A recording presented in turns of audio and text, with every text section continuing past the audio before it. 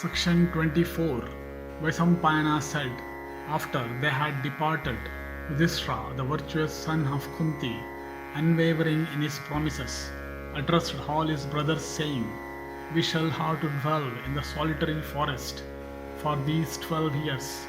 Search ye, therefore, in this mighty forest for some spot abounding in birds and deer and flowers and fruits, beautiful to behold and auspicious and inhabited by virtuous persons, and where we may dwell pleasantly for all these years.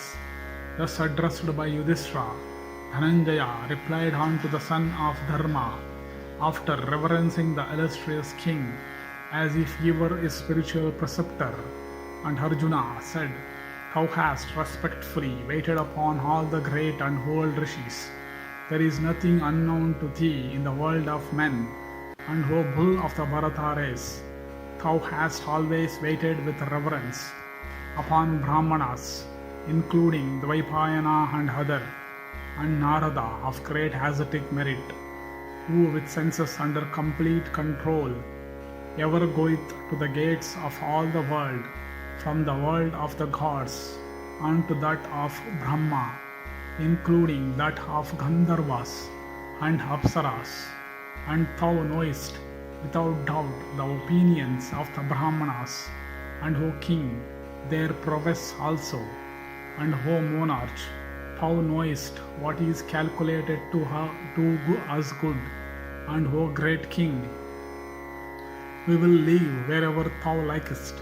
Here is this lake, full of sacred water, called Dvaitavana, abounding with flowers and delightful to look at, and inhabited by many species of birds.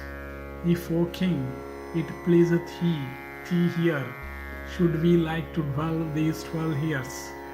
Thinkest thou otherwise? Yudhisthira said, O Partha, what thou hast said recommendeth itself to me. Let us go that sacred and celebrated and large lake called Dvaitavana. Vaisampayana continued. Then the virtuous son of Pandu, accompanied by numerous Brahmanas, all went to the sacred lake called Dvaitavana, and Yudhisthira was surrounded by numerous Brahmanas, some of whom sacrificed with fire, and some without heat, and some of whom devoted to the study of the Vedas, lived upon alms or were of the class called Vana Parva. And the king was also surrounded by hundreds of Mahatmas, crowned with ascetic success and of rigid vows, and those bulls of the Bharata race, the sons of Pandu, setting out with those numerous Brahmanas, entered the sacred and delightful woods of Dvaita.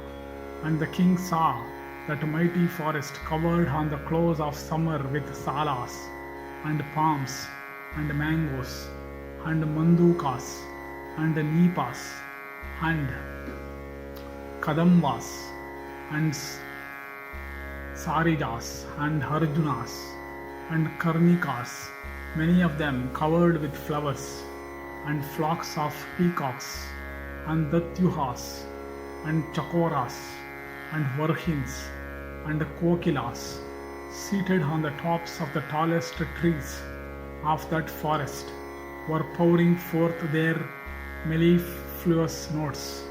And the king also saw in that forest mighty herds of gigantic elephants, whose hedge the hills with temporal juice, trickling down in the season of Ruth, accompanied by herds of she-elephants, and approaching the beautiful Bhogavati, Saraswati. The king saw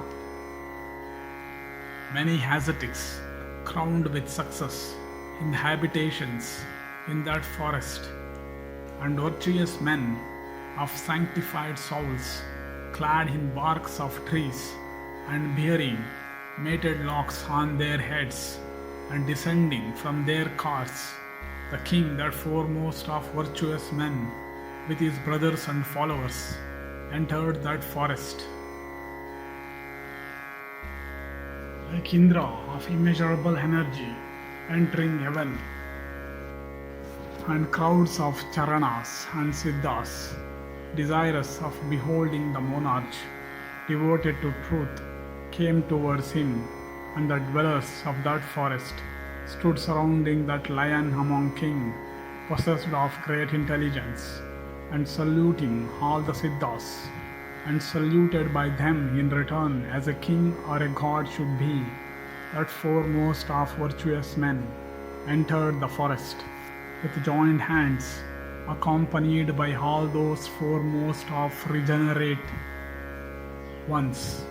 The illustrious and virtuous king, saluted in return by those virtuous ascetics that, that had approached him, sat down in their midst at the foot of a mighty tree decked with flowers, like his father Pandu in days before, and those chiefs of the Bharata race, viz. Bhima and Dhananjaya, and the twins and Krishna, and their followers, all fatigued, leaving their vehicles, sat themselves down around that best of kings, and that mighty tree bent down with the weight of creepers, with those 5 illustrious women who had come there for rest, sitting under it, looked like a mountain with 5 huge elephants resting on its side. Thus endeth the 24th section in the Arjunabhigamana Parva of the Vana Parva.